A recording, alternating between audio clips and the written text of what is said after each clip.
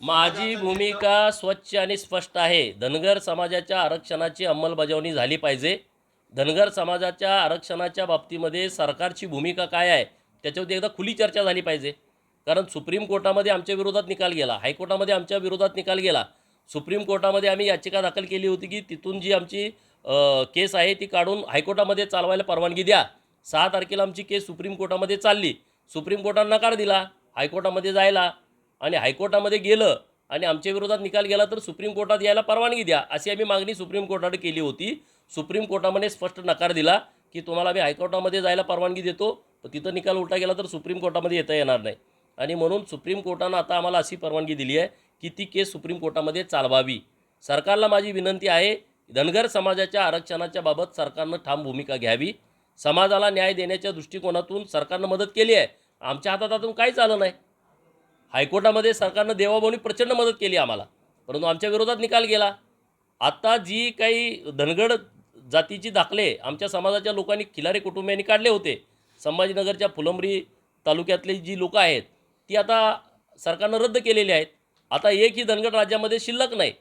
परंतु सुप्रीम कोर्टात आमच्या बाजूनं सरकारनं प्रयत्न करावेत. सुप्रीम कोर्टात जर आमच्या विरोधात निकाल गेला, आमच्या बाजूने निकाल लागेल यासाठी आम्ही प्रयत्न करतो आहे, आम्ही चांगले वकील देतो आहे तिथं. परंतु जर आमच्या विरोधात गेला तर सरकारची भूमिका काय आहे स्पष्ट करा. धनगर समाज असा नैराश्यामध्ये आहे की आता नेमकं करायचं काय, आंदोलन करून नेमकं काय करायचं एकदा सांगा ना. जर आम्हाला तुम्ही ए करा बी करा, आता सुप्रीम कोर्ट जर आमच्या विरोधात निकाल दिला होता, आता मी परत तिथं केस चालवतो आहे, ती जर 2-3 तारखामध्ये निकाल आमच्या बाजून झाला आम्हाला काहीच म्हणायचं नाही.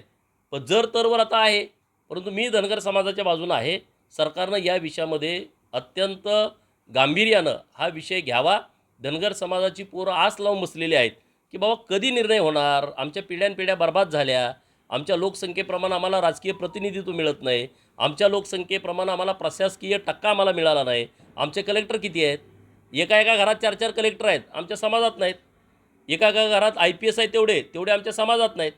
असा प्रचंड विषमता जी समाजामध्ये आहे, तर त्याच्याबद्दल सरकारनं एकदा स्पष्टपणे काय नेमकं मिळणार आहे की मिळणार नाही तर नाही एकदा सांगून टाकावं, आणि मग त्या पद्धतीनं समाज ठरवेल आमचं काय करायचं.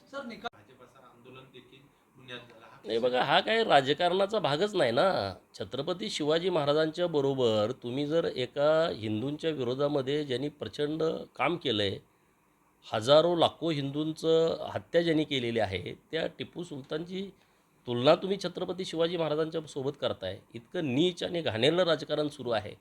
खरं तर अशी भूमिका घेणाऱ्या लोकांना चौकात फाशी देण्याची आवश्यकता आहे.